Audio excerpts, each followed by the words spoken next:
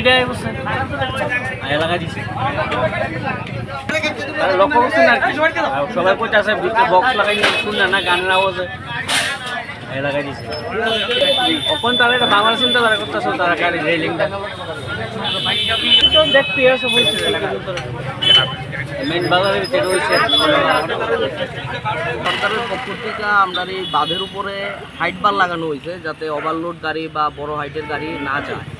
তো সেই সুবাদে আজকে হঠাৎ করে সেটা আমাদের এখানে কার্গিল বাজারে এই বাসটা বেআইনিভাবে যাইতেছিল ওইদিকে হাইট বারের মধ্যে লাগিয়ে গেছে না তারারে অবজেকশন দেওয়া হয়েছে যে আপনারা গাড়িটারে আর আগায়েন না। তারা তারপরও জবরদস্তি করে গাড়িটারে আগানো পিছানো করে সেটা গাড়িটারও তো ক্ষতি হয়েছে প্লাস হাইট বারও ভাঙ্গা জানি কি একটা নিচে পড়ে গেছে।